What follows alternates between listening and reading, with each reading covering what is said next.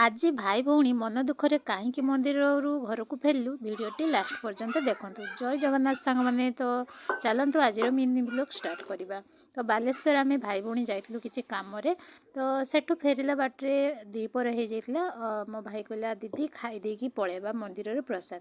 तो सेठी जाइए देखला बेलू मंदिर लोक था पूजा करूँ। तो आम मंदिर दर्शन करके पलैलु मंदिर जो प्रसाद मिले सेठिकी जाइलु। तो सेठी जाइए देखिलु जे कई कुआड़े नहांती। तो आम टे समय अपेक्षा करूँ। अपेक्षा कलापले जड़े नना देखाले आम पचारू नना टे प्रसाद खाई था सी कहले 12टा पर मिल।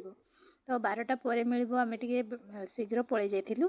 तो आम कहले अन्न न हो घर को तरकारी नहीं पलैबा। तो सेतिक भी सी दे नथिले। आम भाई भौणी कहले चल पलैबा। तो घरे जाइए आम खाईदबा।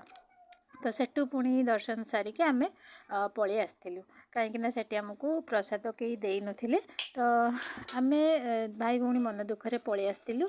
तो देखु आज रास्ता एत भिड़ थिला जे मते निजे भी रास्ता पारी होगा को बहुत डर लगता। अनी मो छुआर हाथ धरिकी रास्ता पारी करूला।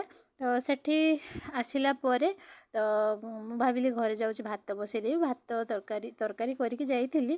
घर भात बसईदेकी भाई भौणी खाईदबा। सेठी आसला परे जड़े भाई दहीबरा दुकान दहीबरा खाइलु। सेठी दहीबरा दुकानटा एत परिष्कार थिला जे मन बुझीगला खाइकी बहुत खुशी लगिला। एत परिष्कार दौरान भाई सेठी।